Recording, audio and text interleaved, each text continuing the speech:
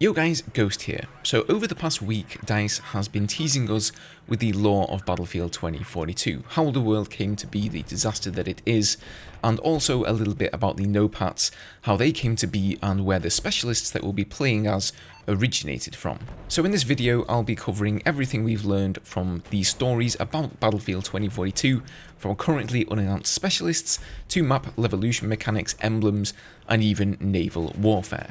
So each of these little stories has been set on one particular map involving a particular specialist, and it looks like we're working through the maps in the same order they're listed on the website. So the story is told from the perspective of a journalist from Doha in Qatar. So the first story is set on Hourglass, and the leader of the NOPATs, known simply to the world as Oz, leaves a breadcrumb trail for our reporter to follow. Now, one of the interesting things here is the mention of a NOPAT emblem, which is flashed up on LED screens in the Neon City between broadcasts as a sort of secret message for him to follow. And this is what the emblem looks like. It's a flag with a slash through the middle, obviously signifying that the NOPATs don't belong to any individual country. Now, a lot of people have been asking if the emblem creator is going to make a return in Battlefield 2042, because personally, I think it was one of the coolest things in BF4, and it really allowed you to add some personality and flair to your soldier. Of course, a lot of people chose to use that freedom to create very lewd pictures, and I think that is the primary reason that DICE have left it out of recent games. They simply can't be bothered to screen everybody's emblem picture to see if it checks out, but who knows, maybe we'll be seeing it again in 2042. So our journalist, Kevin Bashir, follows these breadcrumbs and escapes a deadly sandstorm which leads him to the Catacombs under the abandoned football stadium. So previously, in the Battlefield briefing, we'd heard Daniel Berlin talking a little bit about Hourglass, and he said that this stadium was one of the flag clusters that you would be fighting over. However, according to this story, it sounds as though it's going to be a multi-level scenario. Obviously, a giant stadium will have multiple levels anyway, but it now seems apparent that there is a large cave system below it as well.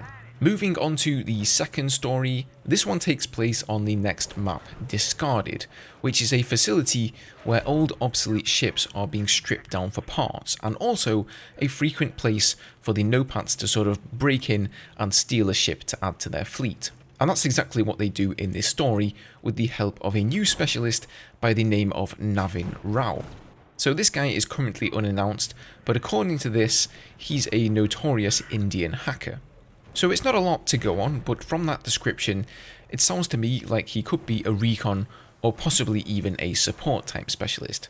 Most likely with a specialist ability and trait that allows you to hack enemy electronic equipment, maybe take control of enemy rangers, for example. Hopefully we'll find out more about him soon, since he's already been teased. There is a new short film called Exodus dropping on the 12th, so perhaps we'll even see him in action.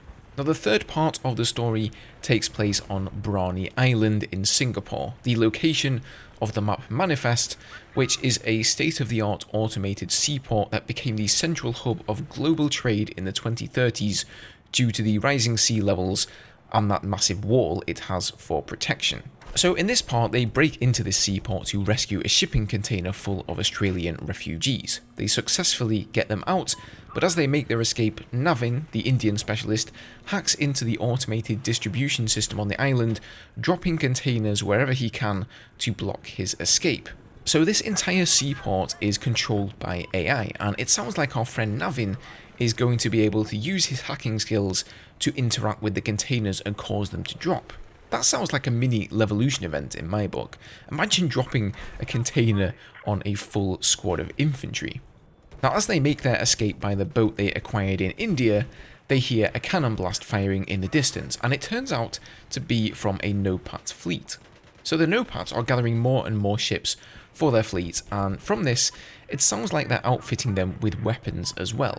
So I would say that even though DICE have told us we won't be getting naval warfare, at least on launch, the fact that they're building it into the lore of the world of 2042 gives me hope that it'll be made available somewhere down the line. Finally, the fourth part in the story takes place in South Korea, where you will find the map Kaleidoscope, and this is the home of a Korean company called Daesung Electronics.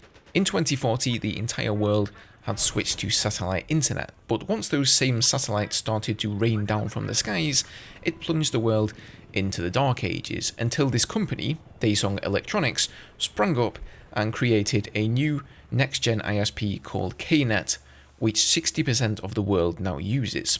So as you can imagine, a lot of data from all over the world is travelling through there, and that's where our next specialist comes in.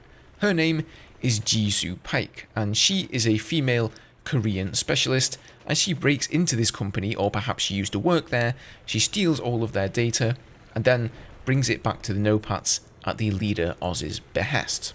So again, this sounds like another hacking specialist of some sort. We don't really get a whole lot to go on outside of her name and country of origin, but again, hopefully we'll find out something more soon.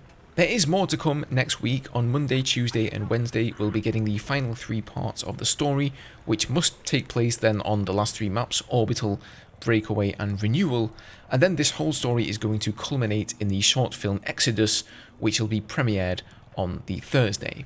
So hopefully this film is going to be made in-engine, in-game, and it's not just going to be an art book style thing.